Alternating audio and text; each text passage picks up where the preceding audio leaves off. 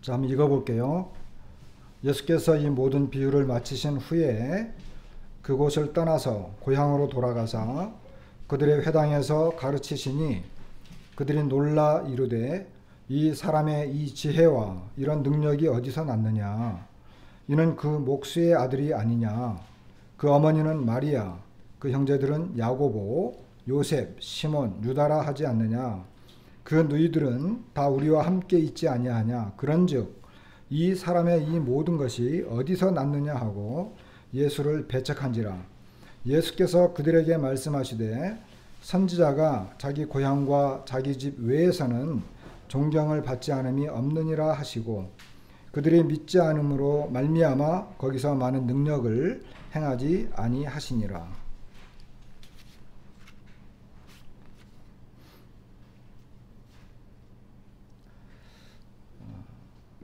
이제 마태복음 13장 마지막 부분을 이제 보고 있습니다. 앞에 글자 보이죠? 네. 그 뒤에서도 보이나요? 예, 다행입니다.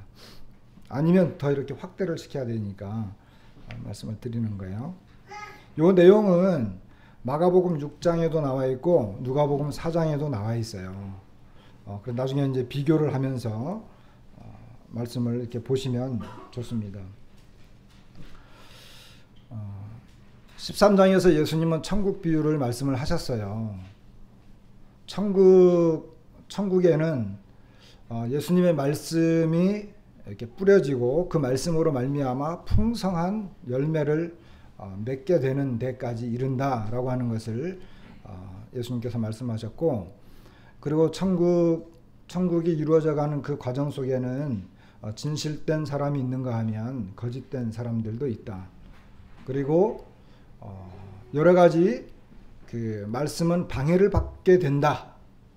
생각나시죠? 말씀은 방해를 받게 된다. 그리고 마지막 때에는 참것과 거짓것이 구별이 되어져서 갈라진다. 나누어지게 된다. 이렇게. 그래서 나누어지게 되면 참것, 다시 말하면 열매들이죠. 곡식, 열매들은 거두어 들여서 곳간에 들어가는, 다시 말하면 천국에 들어가게 되고, 이제 거짓된 사람들, 불신자들, 우리 표현으로는 구원받지 못한 분들은 어디에 들어간다고요? 불못에 들어간다, 지옥에 들어간다라고 하는 것입니다. 자, 이와 같은 말씀을 다 이렇게 말씀을 하셨어요. 그리고는 이제 고향으로 돌아가시는 이와 같은 내용이 오늘 말씀의 내용이에요. 여러분, 예수님께서 천국 비유를 다 하시고 난 다음에 이제 천국의 내용이, 천국이 이런 것이다 라고 하는 것을 말씀하신 다음에 예수님께서 이제 고향으로 가시고 계속 사역을 하시는데, 예수님은 여기서 이제 계속해서 고향에서도 마찬가지죠. 배척과 반대를 받으시는 걸 보게 됩니다. 먼저 우리는 여기 13장에서는 고향에서 먼저 배척을 받으세요. 그리고 다음에 가면 이 헤롯 왕과 정치적인 영향에 의해서 또 배척을 받아요. 그리고 마태복음 15장 이후로 쭉 넘어가면 종교 지도자들에 의해서 종교적인 또 배척을 받게 되고, 결국 예수님은 민족적으로, 그리고 이 산헤드린 공회에 의해서 예수님은 완전히 배척을 받고 십자가에까지 가셔서 죽임을 당하는 이와 같은 이런 배척의 이런 연속이 계속해서 이루어지는 것을 보게 됩니다. 그런데 오늘 이 본문은 고향으로 가셨어요. 여러분, 예수님의 고향이 어디예요? 예수님의 고향.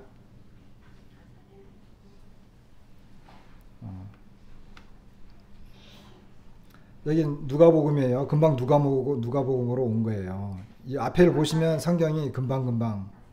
자, 예수께서 그 자라나신 곳 어디? 여기 나사렛. 나사렛이 나와요. 나사렛에 가신 거죠.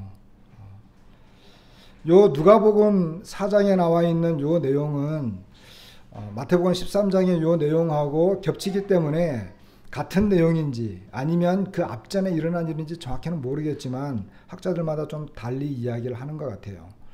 제가 볼 때는 비슷한 같은 사건이 아닌가 싶긴 한데 정확히는 잘 모르는 그런 상황입니다. 그 예수님께서 이제 고향으로 가셨어요. 예수님께서 고향으로 가셔가지고 이제 회당에 가셨는데 마가복음에는 제자들과 함께 갔다 그랬어요. 고향으로. 근데 예수님의 제자들의 대부분의 고향이 어디예요? 갈릴리 지역이죠. 그죠? 그러니까 예수님께서 제자들과 함께 갔는데 갈릴리 지역의 대부분이 제자들의 고향이 거기에 다 있거든, 고향이거든요.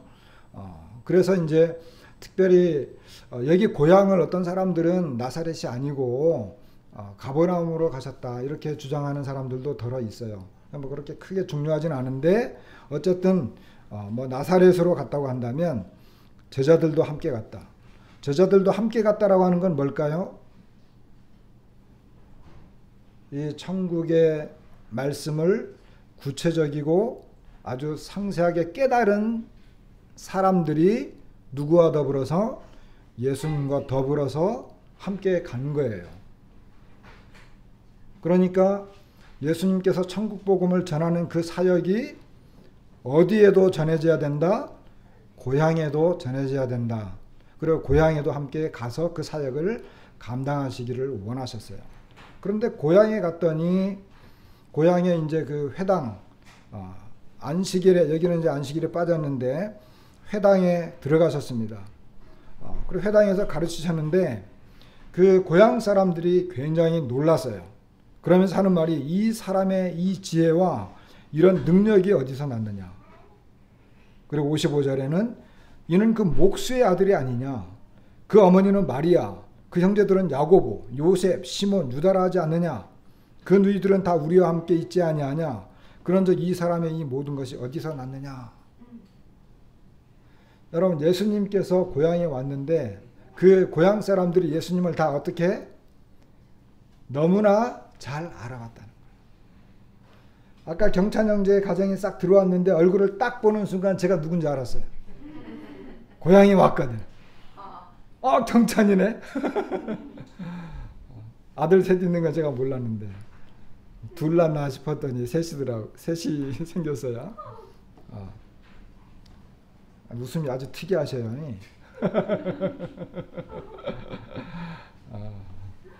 좋은 것 같기도 하고 이상한 것 같기도 하고 그렇습니다.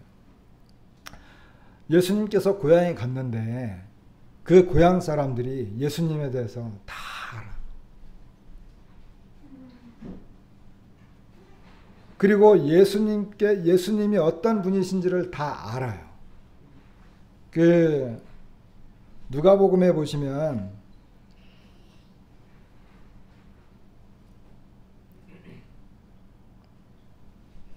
누가복음 4장인데요. 4장 23절에 보면 예수께서 그들에게 이르시되 너희가 반드시 의사야 너 자신을 고치라는 속담을 인용하여 내게 말하기를 우리가 들은 바 가버나움에서 행한 일을 내 고향 여기서도 행하라. 이렇게 이야기하거든요. 만약에 이것이 나사렛에서 이루어지고 있는 일이라고 한다면 예수님께서 가버나움에서 어떤 일들을 행하셨는지 이 고향 나사렛 사람들은 가버나움은 갈릴리 약간 북쪽에 있고 나사렛은 약간 남서쪽에 있어요. 그러니까 이제 약간 갈릴리 호수 약간 밑에 쪽 남서쪽에 있는 그 고향이에요. 그런데 나사렛에 살고 있는 이 사람들은 나사렛에 살고 있는 이 고향 사람들은 예수님께서 가버나움에서 어떤 일을 행하셨는지를 다 알고 계셨어요. 회당에서 가르치시니까 첫 번째로 회당에서 가르치시니까 그들이 놀랐습니다. 첫 번째 놀란 것이 뭐냐 하면 이 사람의 이 지혜와 이런 능력. 여기 이제 이 사람이라고 하는 표현이 두 번 나와요. 56절에도 그런즉 이 사람의 이 모든 것이 어디서 났느냐 이랬거든요.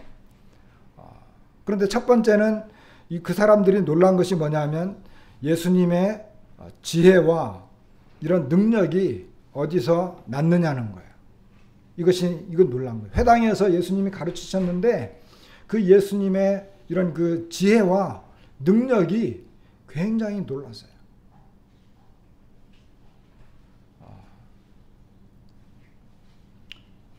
누가복음을 자꾸 보게 되는데, 누가복음에 보면 여기 22절에 보시면 그들이 다 그를 증언하고 그 입으로 나오는 바 은혜로운 말을 놀랍게 여겨 그랬어요. 여기 예수님께서 가르치시는 그 가르침의 그 은혜로운 말, 이 말씀을 보면서 굉장히 놀랍게 여겼다. 이렇게 그 기록이 되어 있는 것을 보게 되고,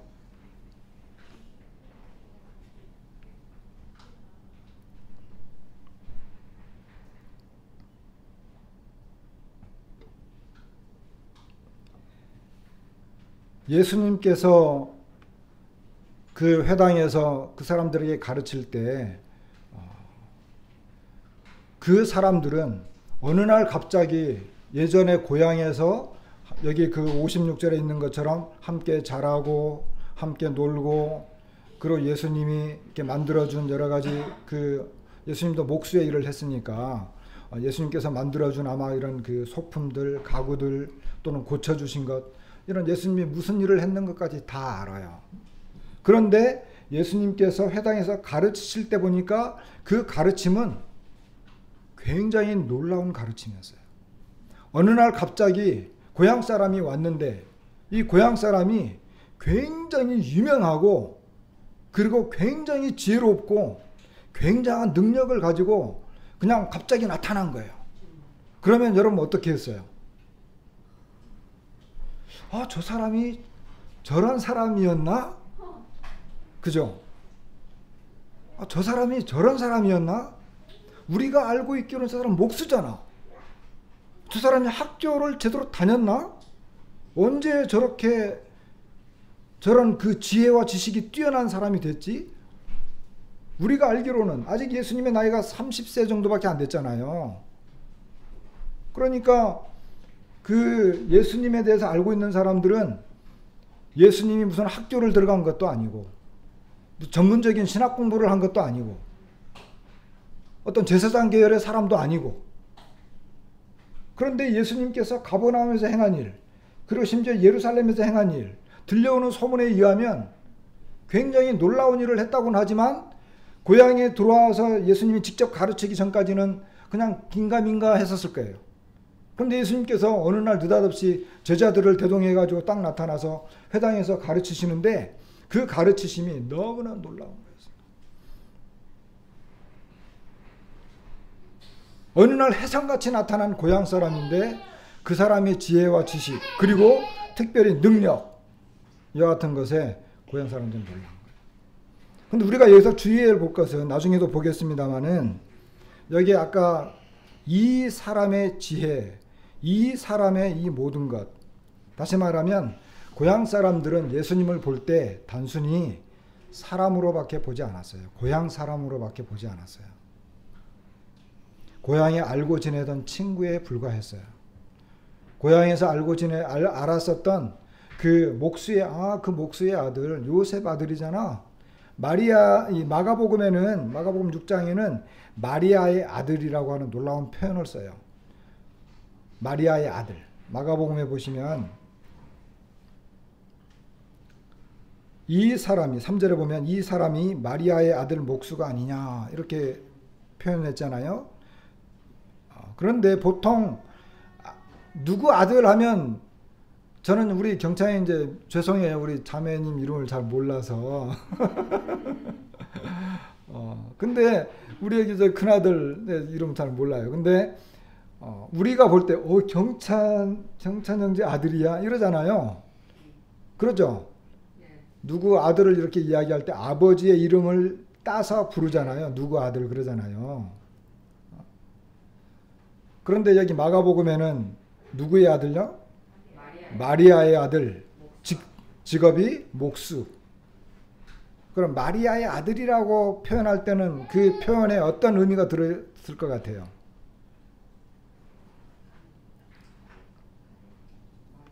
그랬겠죠. 그런 식이었대요. 어머니의 이름을 빌어서 아들이라고 할 때는 약간 이렇게 내려서 보는 거예요. 그리고 어떤 그 무슨 그 부부간에 어떤 변수가 생겼었다는 거죠. 그렇게 이제 보통 생각을 합니다. 그러니까 고향 사람들이 예수님을 볼 때는 옛날에 우리 집 좀 고쳐주던, 그러고 보니까 우리 목수가 있네요. 우리 박문수 사장님이 직업이 목수이신데 우리가 알고 있던 목수로만 알고 있다가 정말 예수 그리스도를 믿고 구원받으시면 그 목수 일을 하시던 그분이에요. 그런데 하나님의 아들이 되었다고요. 거듭난 성도가 됐다고요. 우리의 형제라고요. 이런 식이에요. 무슨 것은 이해가 되죠. 근데 예수님께서 왔을 때 그 목수네 이런 식으로 봤다는 거예요. 그리고 여기 이제 마태복음 있는 것처럼 그 고향 사람들은 이 사람의 지혜라고 표현하는 걸 계속 반복하는 걸 보면 예수님을 단순히 무엇으로만 봤다? 동네 사람, 동네 형, 뭐 이게 조카뻘, 친구, 그리고 아마 요셉의 이름이 계속해서 나오지 않는 걸 보면 마태복음에 아버지 요셉은 일찍 죽었을 가능성이 커요. 그렇다고 한다면 마리아의 아들인데 아버지 없는 아들이잖아요. 그러면 이제 좀 별 볼 일 없는 그런 사람이 될 수도 있어요. 그런 사람으로만 보았다는 거예요. 물론 예수님에 대한 어떤 소문과 능력과 실제 회당에서 가르치실 때 그 은혜로운 말씀을 인해서 사람들이 놀랐다 그랬거든요. 그 백성 놀랐다라고 하는 것은 굉장히 그 금악을 금치 못했다라고 하는 표현이에요. 누가복음에 그리고 여기 나와 있는 이 놀랐다라고 하는 것은 이 경악을 금치 못했다, 깜짝 놀랐다라고 하는 표현이에요.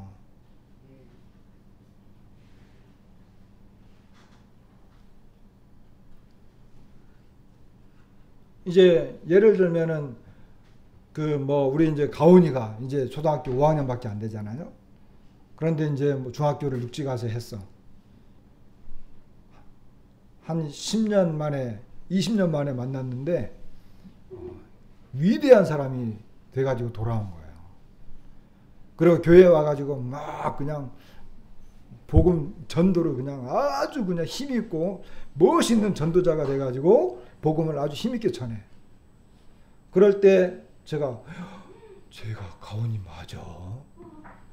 어떻게 저렇게 변했지? 그런 것보다도 더 놀라는 이와 같은 스타일이에요. 그런 표현인 거예요. 근데 이 고향 사람들은 굉장히 놀랐지만 어쨌든 그 사람들은 예수님을 사람으로 평범한 사람으로밖에 몰랐어요. 그러니까 나중에 배척했잖아요. 그죠? 그러니까 나중에 배척했어요. 57절에 보면 배척했거든요. 여러분, 예수님을 단순히 어떤 인간적인 면, 그리고 내가 그 어떤 육신을 가지고 평범한 사람으로라고만 생각했을 때 예수님을 믿을 수 없습니다.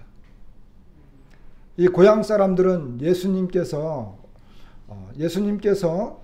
이곳에서 많은 능력을 행하지 않았다 그랬거든요.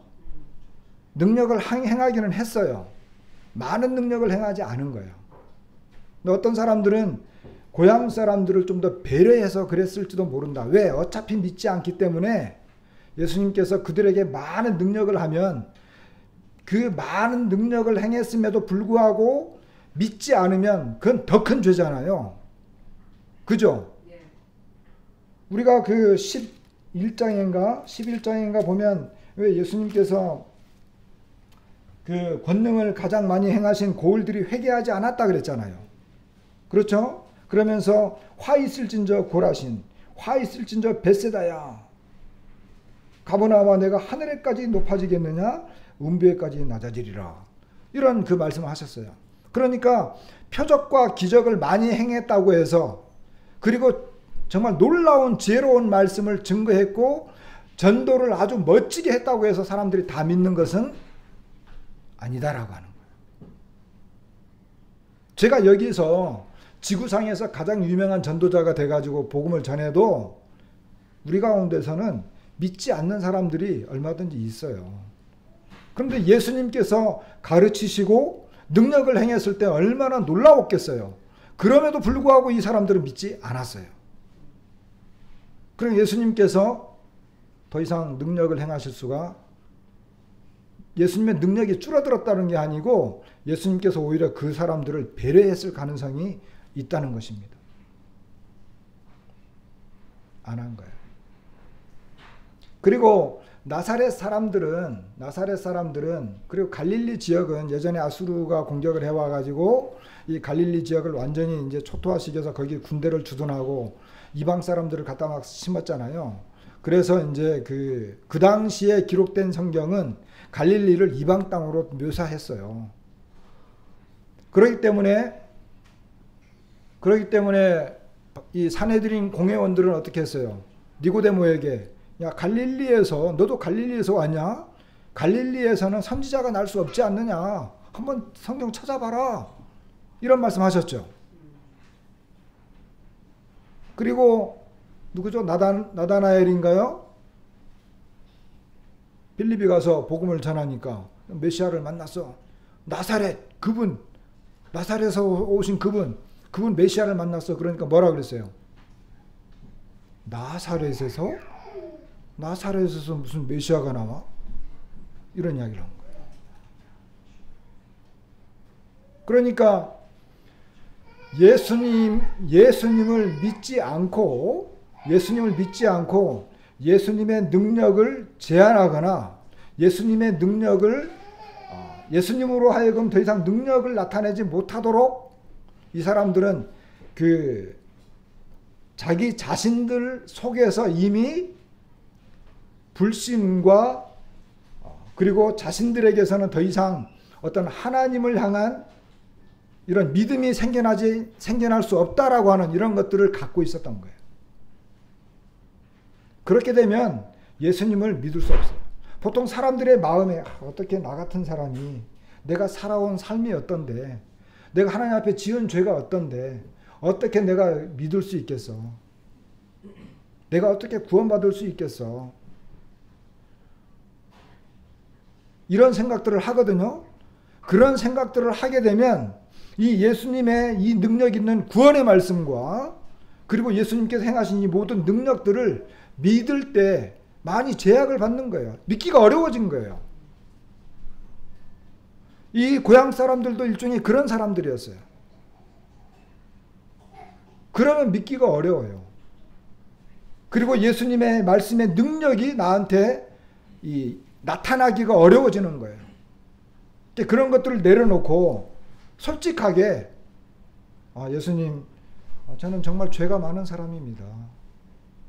하지만 예수님께서 이 땅에 저를 사랑하셔서 오셨고 예수님의 능력과 그 말씀을 제가 따르겠습니다.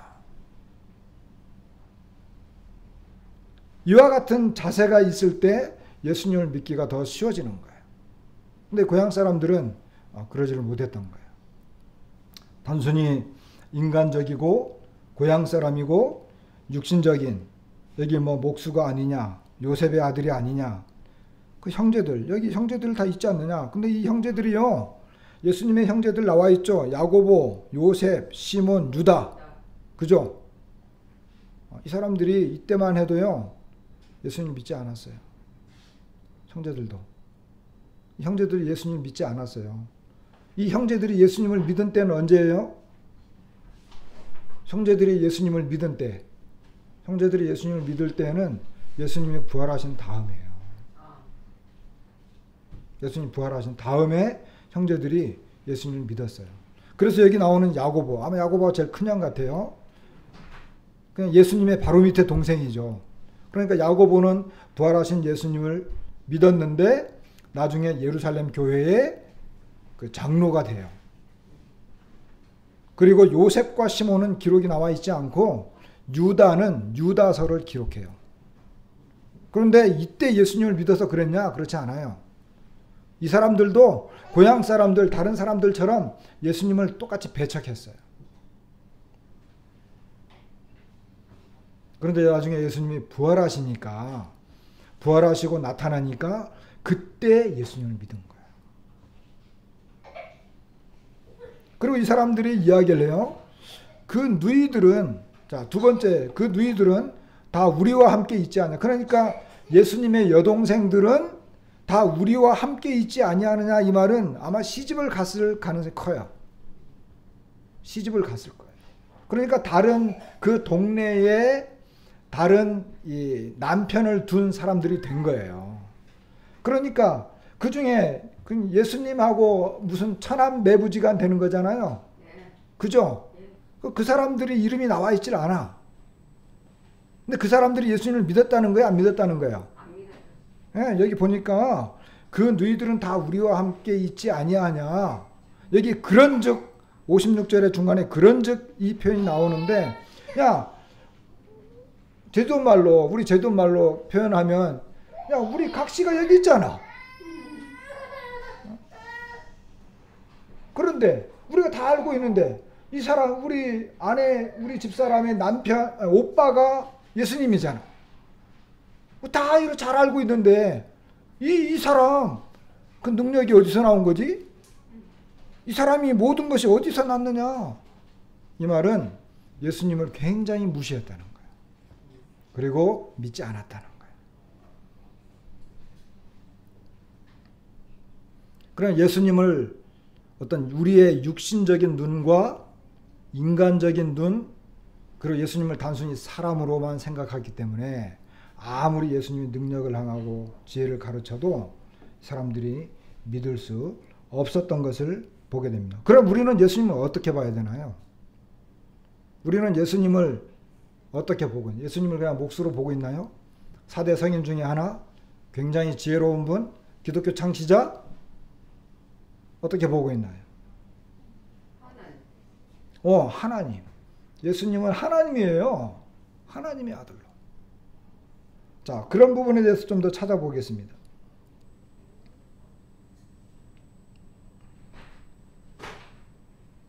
예수님께서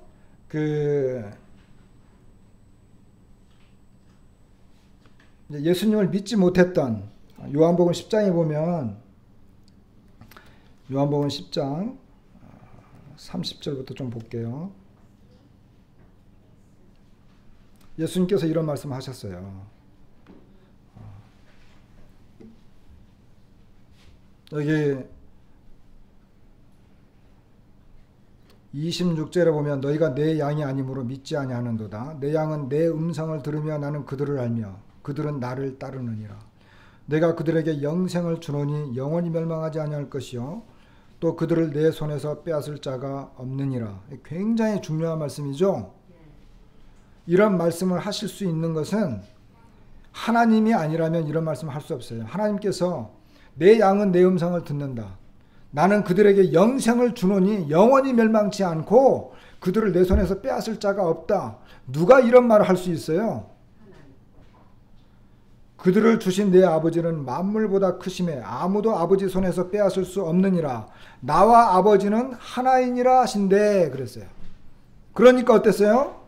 유대인들이 다시 돌을 들어 치려 하거늘 예수께서 대답하시되 내가 아버지로 말미암아 여러 가지 선한 일로 너희에게 보였거늘 그 중에 어떤 일로 나를 돌로 치려 하느냐. 유대인들이 대답하되 선한 일로 말미암아 우리가 너를 돌로 치려는 것이 아니라 신성모독으로 인함이니 내가 사람이 되어 자칭 하나님이라 함이로라 그랬어요. 그러니까 사람인데 하나님이라고 하니까 신성모독죄다 이렇게 해요. 그런데 그 앞에 있는 내용들과 이적들을 보면 예수님은 내가 바로 하나님이야. 내가 예전부터 너희들에게 말해왔던 바로 그 사람이야. 그분이야. 이걸 증명했음에도 불구하고 이것이 영적인 말씀이기 때문에 이 사람들이 도무지 깨닫지 못하는 거예요. 깨닫지 못하는 거예요. 그냥 사람으로만 보는 거예요. 하나님으로 말씀을 하셨는데 이 사람들은 사람으로만 본 거예요. 그러니까 믿지 못하고 하나님을 향해서 돌을 들고 치려고 했던 거예요. 왜? 사람으로 봤기 때문에. 우리가 예수님을 이야기하고 있어요. 예수님은 하나님의 아들입니다. 그분은 하나님의 아들로 우리의 죄를 담당하신 유일하신 분이십니다. 그런데도 그 예수님을 사람으로 보고 믿지 못할 분으로 본다라고 하는 것은 그 예수님을 향해서 돌을 들어서 치려고 하는 것과 똑같은 거예요. 왜? 단지 예수님을 사람으로만 보고 있기 때문에. 사도 바울도 예수님을 믿기 전에는 그랬어요.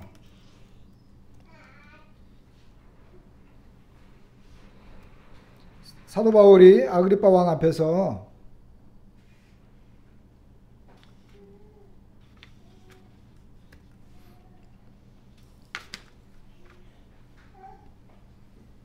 아그리파 왕 앞에서 이제 자신의 믿음을 이야기하면서 뭐라고 말했느냐면, 그가 옛날에 9절에 보니까 나도 나사렛 예수의 이름을 대적하여 많은 일을 행하여야 될 줄 스스로 생각하고. 근데 여기 나사렛 예수,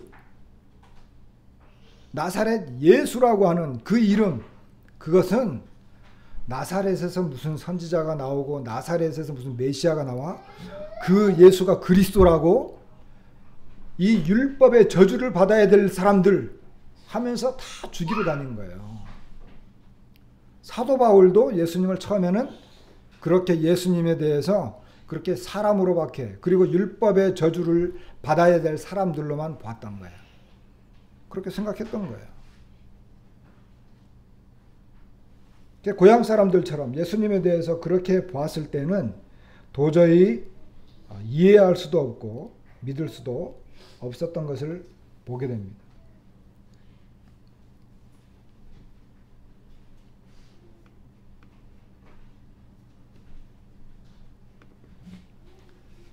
자, 이 고향 사람들은 예수님을 목수의 아들이 아니냐, 그 목수가 마리아의 아들 목수가 아니냐, 그 형제들이 다 여기 있다, 너희들도 다 우리와 함께 있고 우리와 함께 살고 있지 않느냐, 그런즉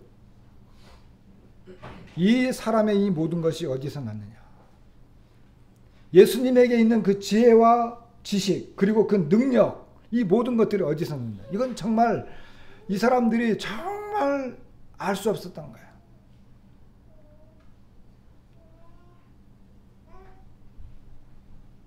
바리새인들이 예수님을 성경 우리가 지난번에 그 말씀을 봤죠.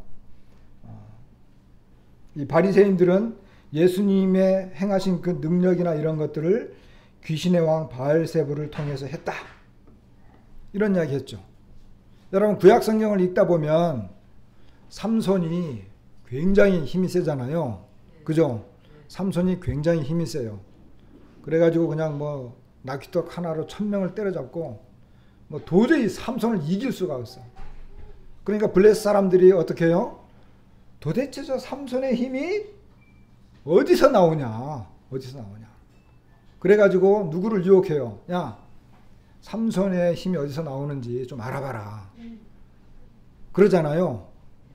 그래가지고 이제 들릴라죠. 들릴라가 이제 삼손하고 가까웠게 지내니까, 그리고 삼손이 들릴라를 사랑하니까 들릴라에게 이야기하죠. 야, 우리 민족이 다 죽게 생겼다.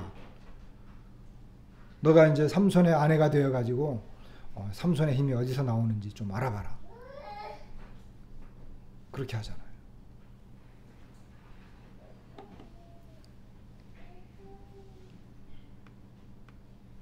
마태복음 21장에 보면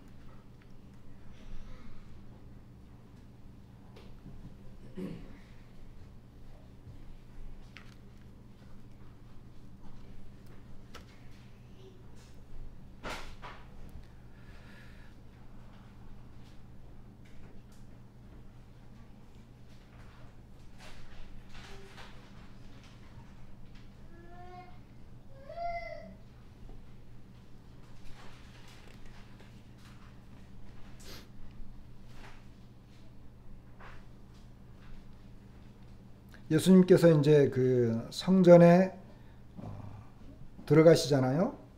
그러니까 11절에 보니까 무리가 이르되 갈릴리 나사렛에서 나온 선지자 예수. 예루살렘에 들어갔더니 예루살렘 성이 완전히 뒤집어졌어요. 이분이 도대체 누구냐? 그러니까 갈릴리 나사렛에서 나온 선지자다. 이렇게 이야기를 해요. 그런데 조금 더 들어가 보면은 예수님께서 성전에 들어가셔서 이제 가르치십니다. 그러니까 대제사장들과 백성의 장로들이 예수님에게 이야기해요. 너가 무슨 권위로 이런 일을 하느냐? 또 누가 이 권위를 주었느냐? 도대체 예수님이 지금 이 성전에서 예루살렘에 들어와 가지고 그 성전에서 가르치시고 성전에서 행하던 이런 모든 능력들, 그런 것들을 보게 될 때 이 사람 대제사장들과 장로들, 이런 사람들이 예수님에게 너가 무슨 권위로 이런 일을 하느냐, 또 누가 이 권위를 주었느냐, 이렇게 계속해서 물어보는 것을 보게 돼요. 이 사람들이 알지 못했어요. 근데 요한복음 9장에 보면 어떤 내용이 나와요? 요한복음 9장에 보면 날 때부터 소경된 사람을 예수님께서 고쳐주잖아요. 그런데 이 소경으로 난 사람이 고침을 받고 나니까 바리새인들이 도저히 믿을 수가 없었어요. 그러니까 이 사람이 정말 이상하다. 내가 태어날 때부터 소경이었는데, 그리고 그분이 나를 고쳐줬는데 왜 이 사람들은 그분을 믿지 못하지? 아니, 태어날 때부터 소경난 사람을 누군가 고쳐줬다, 이런 것을 전에도 없었고 후에도 없고 이때까지 이런 사건이 없었는데 이런 놀라운 능력을 행했는데도 왜 이 사람들은 믿질 못하지? 이렇게 반문하니까 바리새인들이 이 사람을 내쫓아버려요. 그리고는 내쫓으니까 예수님께서 어디에서 이 사람을 만나요? 성전에서 이 소경을 만나요. 다시 눈이 뜨진 소경이죠. 그러니까 이 소경에게 와가지고 예수님이 이야기를 하세요. 너가 정말 인자를 믿느냐? 거기에 인자라고 하는 것은 바로 그리스도예요. 그러니까 소경이, 예, 제가 믿기를 원합니다. 제가 믿겠습니다. 제가 믿겠습니다. 그분이 누굽니까? 예수님이 나다.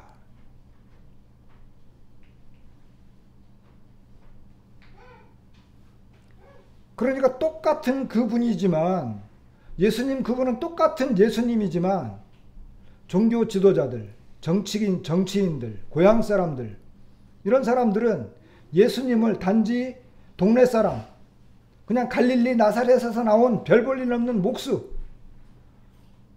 그리고 어떤 선동자, 예루살렘에 들어와가지고 이 사람들을 어지럽게 하는 사람, 그리고 자칭 하나님이라고 하고 성전을 무시하는 사람, 다 사람으로 보고 어떤 육신적인 안목으로, 인간의 생각으로만 예수님을 본 거예요.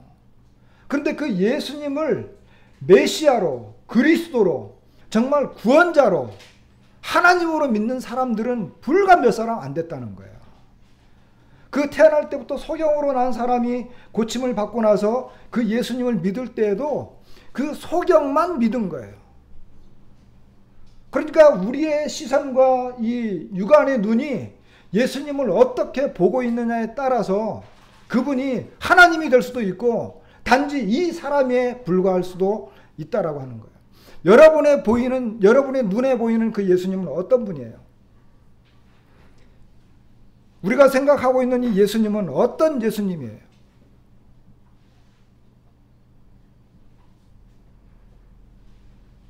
만일에 우리도 동일하게 예수님을 단지 이 사람이라고 하는 사람으로만 생각한다면 우리 속에서는 어떠한 능력도 나타나지 않아요. 예수님께서 또한 성령께서 우리 속에서 어떠한 일도 하지 않아요.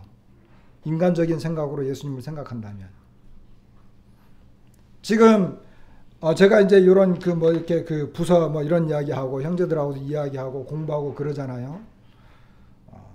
제가 이제 여러 이렇게 공부하면서 간증들을 쭉 봤는데, 저 자신도 마찬가지지만 내 안에서 예수님의 능력이 계속해서 나타나지 않는 이유가 뭔가? 내 속에서 이 성령의 역사가 활발하게 일어나지 못하는 이유가 뭔가? 왜 나는 예수님의 능력을 계속 일어나지 못하도록 하고 있는가? 왜 내 속에서 예수님은 계속해서 일하지 못하고 있는가? 뭐라고 생각하세요?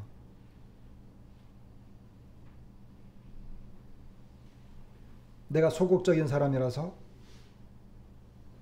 내 성격이 원래 그러기 때문에?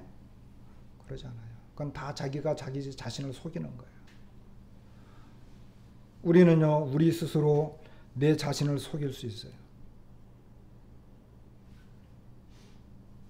예수님에 대한 분명한 믿음이 없는데 그 믿음이 없는 것을 다른 쪽으로 보는 거예요.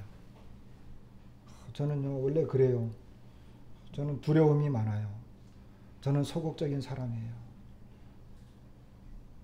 이런 것으로 돌려버리는 거예요. 근데 그 내면의 진짜는 뭐예요?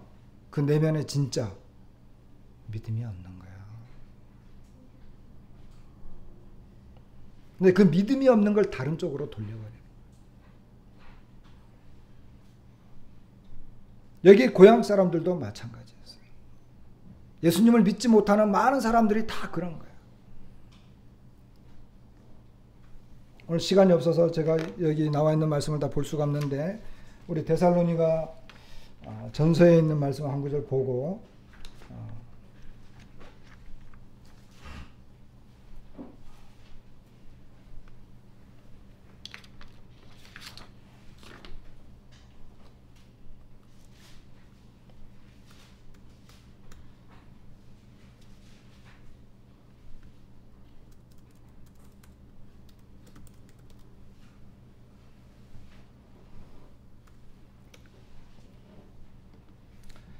데살로니가 전서 1장에 있는 말씀을 좀 보겠습니다.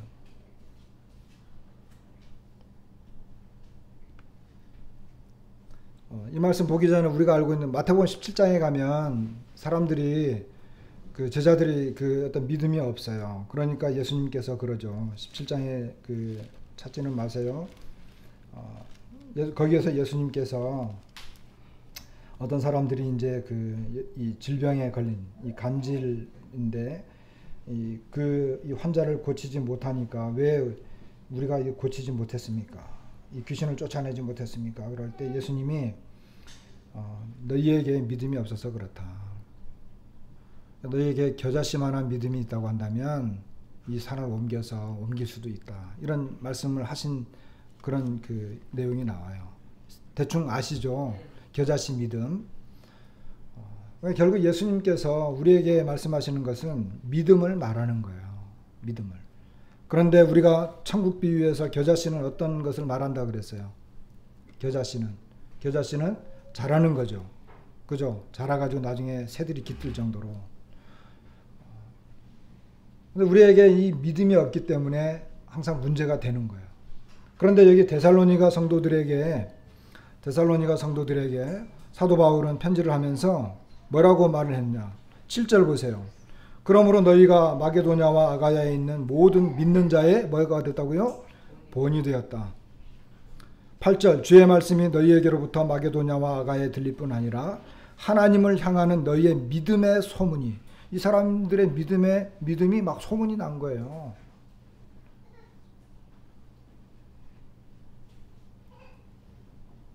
그리고 그 사람들이 믿은 믿음이 뭐냐면은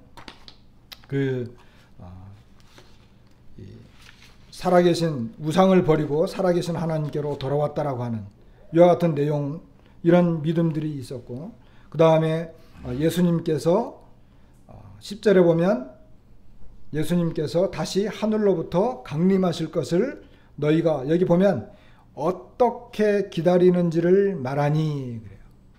어떻게 기다리는지. 여러분들은 예수님을 어떻게 기다리세요? 우리는 예수님을 어떻게 기다릴까요? 믿음으로. 어떻게 기다릴까요? 좀 막연하죠, 우리들은. 그죠? 예수님 오실 때가 됐어. 오시겠지. 오실 때가 다 된 것 같아. 근데 데살로니가 성도들은 굉장히 구체적이었다는 거예요. 굉장히 구체적이었다. 어떻게? 이는 장래에 노하심에서 우리를 건지시는 예수님이라. 그러니까 예수님께서 다시 오실 때 정말 이 하나님의 진노, 그리고 세상을 심판하는 이와 같은 것에서부터 그들이 건짐을 받는, 확실하게 구원받는. 그런데 데살로니가 성도들이 이런 기다림을 갖고 있었던 건 뭐냐면 데살로니가 성도들이 그냥 편안하게 신앙생활을 하니까 이런 생각을 가졌던 것이 아니고 데살로니가 성도들은 엄청난 핍박을 받고 있었어요. 그러니까 그들에게 예수님이 다시 오셔서 이 하나님의 진노로 이 세상을 심판하는 것은 굉장히 그들에게는 현실적이었어요. 우리가 예수님을 기다리고 있는 이 기다림은 너무 막연해요. 왜? 그냥 때가 된 것 같아. 예수님 다시 오실 때가 됐어. 뭐 말을 많이 듣기도 했지만 너무나 막연하고 애매하고 현실감이 너무나 떨어져. 그런데 데살로니가 성도들은 이것이 현실이었어요. 그러니까 그들의 신앙과 삶의 현실이었던 거예요. 그러니까 사도 바울이 그들이 어떻게 기다리는지, 그들의 예수님을 기다리는, 예수님을 바라보고 소망하는 그 삶은 굉장히 실제적이었다라고 하는 거예요. 그들의 신앙은 형식적인 신앙이 아니었어요. 우상을 버리고 살아계신 하나님께로 돌아왔다라고 하는 표현은 그들이, 여러분 이제 우리 강자옥 자매님 유럽 다녀왔잖아요. 터키 그쪽 진역 다녀왔잖아요. 뭐 나중에 한번 물어보세요. 거기 가면 예수님의 이 초대교회만 모습이 있는 게 아니고 거기 무슨 뭐 에베소라든지 라오디게아라든지 그 다음에 이제 서머나 이쪽에 뭐 가보면, 저는 안 가봤지만 사진으로 보면 온갖 신전들, 우상들 막 꽉꽉이에요. 그런 배경 속에서 우상을 버리고, 여기 보면 우상을 버리고 하나님께로 돌아와서 살아계시고 참되신 하나님을 섬긴다라고 하는 것은 실제였다고 하는 것입니다. 우리의 막연하고 애매하고 그냥 어떤 이 상상 속의 하나님이 아니라 이분들은 실제적이었다는 거예요. 이게 믿음이라고 하는 것입니다. 이게 믿음이라고 하는 거예요.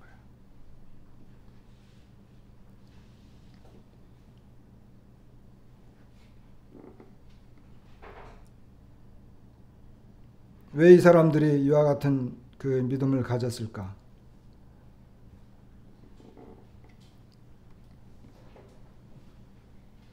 우리가 잘 아는 말씀인데, 한 구절 보고 잘 아는 말씀인데 2장 13절, 이러므로 우리가 하나님께 끊임없이 감사함은 너희가 우리에게 들은 바 하나님의 말씀을 받을 때에 사람의 말로 받지 아니하고 하나님의 말씀으로 받음이니 진실로 그러하도다. 여러분 이제 성경 말씀, 하나님의 말씀 오늘도 봤잖아요. 예수님이 어떤 분인지 이런 말씀을 받을 때 사람의 말로 받지 않았다는 거예요. 고향 사람들은 예수님을 뭘로 봤어요? 단순히 사람으로 본 거예요. 사람이 하는 말로 본 거예요. 그 기적과 능력, 지혜 이런 걸 보면서 놀랍기는 하지만 그냥 사람의 말로 들은 거예요. 그러니까 믿음이 생길 수가 없죠. 우리도 마찬가지예요. 근데 이 사도 바울도 데살로니가 성도들에게 똑같은 말을 하는 거예요.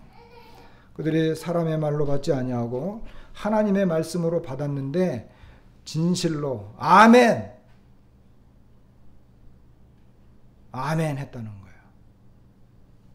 그러니까 이 말씀이 또한 너희 믿는 자 가운데서 어떻게 한다고요? 역사하는 거예요. 내 속에서 역사해요. 고향 사람들은 어떻게 했어요? 사람의 말로 받으니까 예수님을 내쫓아 버렸잖아요. 배척했어요.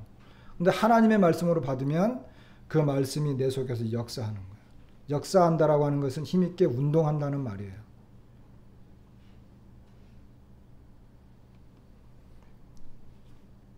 자, 오늘 본문에 보니까 그들이 믿지 않음으로 말미암아 거기서 많은 능력을 행하지 아니하시나 그랬잖아요.